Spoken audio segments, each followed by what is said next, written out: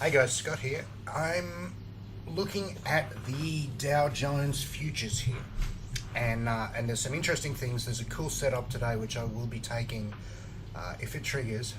So what we have here is an obvious uptrend. Now, if we look at the volatility state here, ATR is a reasonable at a glance approximation for volatility. It's not really volatility, but whatever. So what I want to point out to you is a couple of things. While we're in this decreasing volatility trend mode here, from here all the way up to here, you absolutely have to take counter trend trades off the table. So no matter what rule set you use, no matter what system you use, no matter what technical analysis you use, any time that you see a decreasing volatility trend, your counter trend setups, which you take your top picking exercises, are not going to work, and then you're going to lose your money. So like, you want to go short here, it looks like it's going down, you just got faked out with this candle, and bam, again. You want to try and short it here on the first sign of weakness, you just get hosed. You get hosed every time that you try and do this. Now, when does it become acceptable to take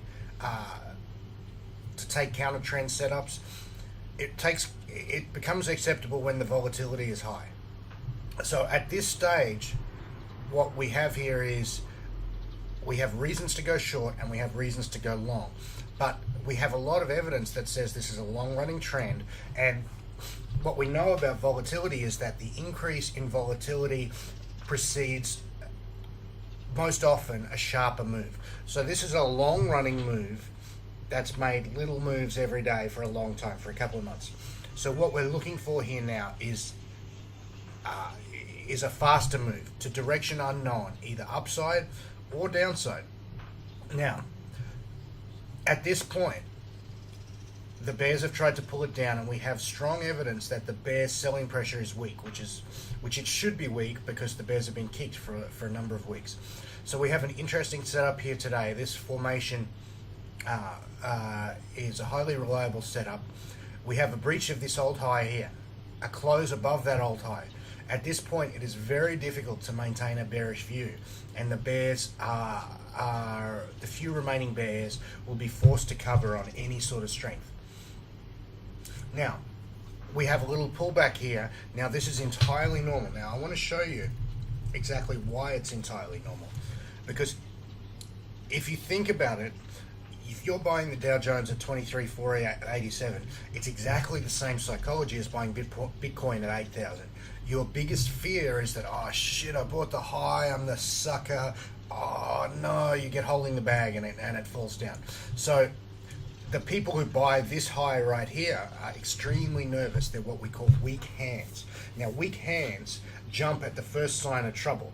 So you can see here that there's a few people that have gotten in here and gone, oh shit, it's not working out for me. They wanted it to just off and away, but it hasn't worked out that way.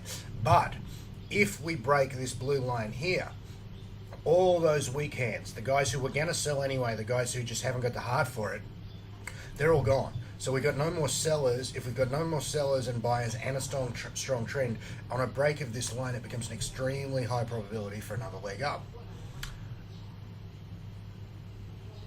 But you don't want to jump in just yet, because at this stage, we look like we've got a trading range. The longer this goes on, the less the odds are of upside continuation, the more both sides come into play. So at this stage, we don't want to go short, because if you went short here now, you could only count on getting to down here, and that's not a very good risk reward. It's not terrible, but it's not.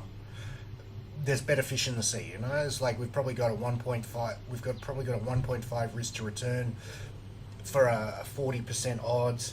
That's not quite betting odds. It's probably a coin flip type trade, and we want to stay away from those. Okay, so there's another thing I want to show you today, which is really cool. So let's look at the Great Britain pound, and of course we're not showing that right. Okay, so here we are with the Great Britain pound, and you can see up here we have quite a strong trending move The big candles at the end are an increase in volatility, which indicates after a long run that we're probably close to the end. We've got this outside period here, strong indication that the trend is over, and the trend has fallen down to here. At this point, the bulls have expected maybe a little bit of to and fro around here and then another leg up. This has not happened. So here what we have is obvious choppy market. So the key signs of a choppy market: lots of outside periods, lots of an outside period like here where it breaks the high and the low of the previous bar, lots of lower wicks, lots of upper wicks, 2 bars up, 2 bars down, 2 bars up, 2 bars down, 2 bars up. This is classic trading range stuff. Now, what I want to point out to you here is that the longer this goes on, the less influence this previous trend has. So 1, 2, 3, 4, 5, 6, 7, 8, 9, 10, 11, 12, 13, 14, 15, 16, 17, 18, 19, 20. 20 is where I use as a rule of thumb, which is here to say, after 20 bars, if it was going to break out to the upside, it really would have already. So what we have here now is the highest probability as a trading range. What do you want to do in a trading range? You want to short the top of it and you want to go long the bottom of it. But we have a super interesting situation here. We often get signs, we get clues in advance of the direction that a trading range is going to break out at. So the top of the trading range is somewhere around here, and we've broken out today. So GBPUSD is a nice trade today long. Let me show you my own position in it so you can see that I really do have skin in the game. And let's put, okay, so I have 14 contracts. That's about 1.4 million bucks. I'm going to bank half the profit at the top of the trading range, and I'm going to bank the rest of the profit up here, which will be a 4-bagger win. That's a nice win. I got long just on the retest of the lows here, and I entered an extra position there. So I'll go back to GBPUSD. So the point I want to make is that if we look at the breakout which we've got today, there was some strong clues that the breakout was going to happen. You see here we have two down, 1 up, 1 down, 2 up, 1 down. It's all this 1 down, 2 up, 2 down, 2 up sort of stuff. But here we have up, up, up, up, up, up, up. 1, 2, 3, 4, 5, 6, 7. You see 7 bars in a row in one direction at the end of a trading range, and it becomes incredibly likely that we're going to break out in that direction. So that's the takeaway for today, is the hidden clue that you're looking for. It's really cool, and you can apply it in your own trading. You can build systems around it. You can build rules around it. It's really cool. Now, let's look at Bitcoin. Okay, let's look at Bitcoin. This is a log scale daily chart, and I believe that a log scale chart is more appropriate for runaway bubbles because it stops you thinking that things are going stupidly crazy. So if we look at how this works on a linear scale, it really looks stupid. Like it looks like it's about to fall over at any point. But when we go back to log scale, excuse that stupid line. I don't really know how this charting works. When we go back to log scale, it looks just like a very strong and smooth uptrend. Now, what's happened here? This is the old high. This is the big thing that shook out all the bears.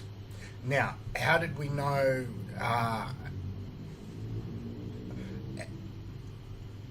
How did we know what was happening here? After the sell-off, we found support, and we have very strong buying pressure up to the old highs, like 1, 2, 3, 4 straight in a row. So what that tells us is exactly the same as we just talked about with GBPUSD. The buying pressure is very strong, obviously, because it's a runaway bull market and everyone wants to own Bitcoin. So my damn sister's calling me about Bitcoin. You know, everyone wants to know about Bitcoin. So here, looking closely, we have a close above the high. At this point, the fix is in. Now, the sellers try and drive it down. That has not worked. we have a failure to drive the market down. If it was a trading range, if it was going to devolve into a trading range or a bear trend, it would have broken the low of this bar. But it did not, and couldn't even manage more than a single bar pullback. There's a little bit of toing and froing here. We're confirming above and then attempting to pull back and failing. So the buyers are overwhelming the sellers here. Now the odds are overwhelming that we start a new leg up here. This is a very good time to be long Bitcoin. I didn't think it was a good time to be long Bitcoin not so long ago. I thought there was about a 50% chance it was all over, but we're probably going to go on another leg up now. Okay. So I cover all of this in exhaustive detail in my price action masterclass. You can get it at scottphillipstrading.com. I think it's really going to be useful for you. Okay, thanks, bye.